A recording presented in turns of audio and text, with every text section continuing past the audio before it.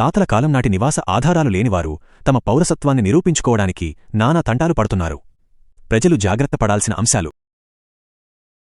కేంద్ర ఎన్నికల సంఘం దేశవ్యాప్తంగా ఓటర్ల జాబితాను పూర్తిస్థాయిలో ప్రక్షాళన చేయడానికి ఎస్ఐఆర్ స్పెషల్ ఇంటెన్సివ్ రివిజన్ అనే ప్రత్యేక కార్యక్రమాన్ని చేపట్టింది. దాదాపు 2 దశాబ్దాల తర్వాత జరుగుతున్న ఈ ప్రక్రియపై ప్రజలు అవగాహన కలిగి ఉండటం ఎంతో అవసరం. ఈ ప్రక్రియకు సంబంధించిన పూర్తి వివరాలు మీకోసం. ఎస్ఐఆర్ అంటే ఏమిటి?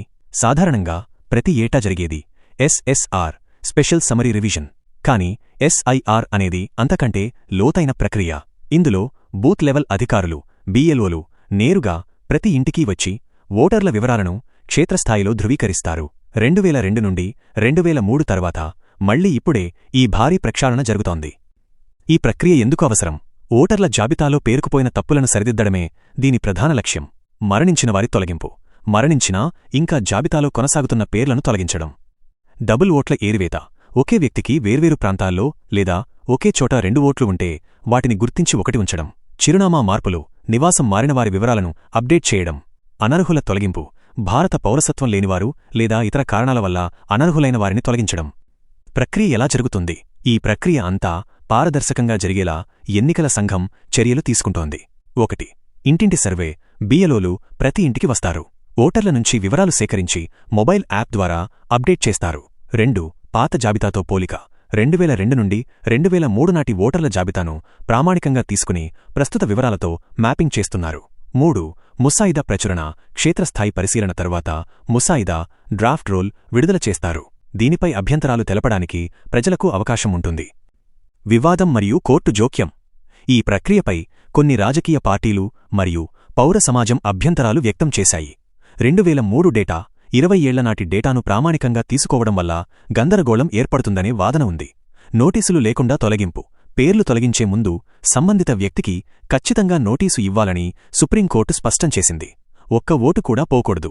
అర్హత కలిగిన ఏ ఒక్క ఓటరు పేరు కూడా పొరపాటున కూడా తొలగించబడకూడదని కోర్టు ఈసీని ఆదేశించింది. ఓటరుగా మీరు ఏం చేయాలి? ఓటు అత్యంత శక్తివంతమైన ఆయుధం. అయితే ప్రస్తుతం జరుగుతున్న ఎస్ఐఆర్ స్పెషల్ ఇంటెన్సివ్ రివిజన్ ప్రక్రియలో ఈ ఆయుధాన్ని కాపాడుకోవడం సామాన్యుడికి ఒక సవాలుగా మారింది. 20 ఏళ్ల క్రితం నాటి వివరాలను వెలికితీయడం నుంచి సాంకేతిక ఇబ్బందుల వరకు ప్రజలు ఎదుర్కొంటున్న ప్రధాన సమస్యలు ఇవే. ప్రక్రియలో 2002 నుండి 2003 నాటి ఓటర్ల జాబితాను ప్రామాణికంగా తీసుకుంటున్నారు. సమస్య: చాలామందికి 20 ఏళ్ల క్రితం తాము ఎక్కడ ఉన్నామో, ఏ పోలింగ్ బూత్ పరిధిలోకి వచ్చేవారో గుర్తులేదు. ఇబ్బంది: పాత జాబితాలో వివరాలు సరిపోలకపోతే అన్మ్యాప్డ్ ఓటర్లుగా పరిగణించి వారిని మళ్లీ కొత్త ఓటర్లుగా నమోదు చేసుకోమని చెబుతున్నారు. ఇది నిరక్షరాస్యులకు, వృద్ధులకు పెద్ద భారంగా మారింది. 2. నోటీసులు లేకుండానే ఓట్ల తొలగింపు. చట్టప్రకారం ఓటును తొలగించే ముందు సదరు వ్యక్తికి నోటీసు ఇవ్వాలి. కాని క్షేత్రస్థాయిలో సమస్య: బిఎల్ఓలు ఇంటికి వచ్చినప్పుడు ఓటర్లు అందుబాటులో లేకపోతే వారిని షిఫ్టెడ్, మకాం మారినవారుగా నిర్ధారించి పేర్లు తొలగిస్తున్నారనే ఆరోపణలు వస్తున్నాయి. పరిణామం: ఎన్నికల రోజు పోలింగ్ బూత్కు వెళ్తే తప్ప తమ ఓటు పోయిందన్న విషయం సామాన్యులకు తెలియడం లేదు.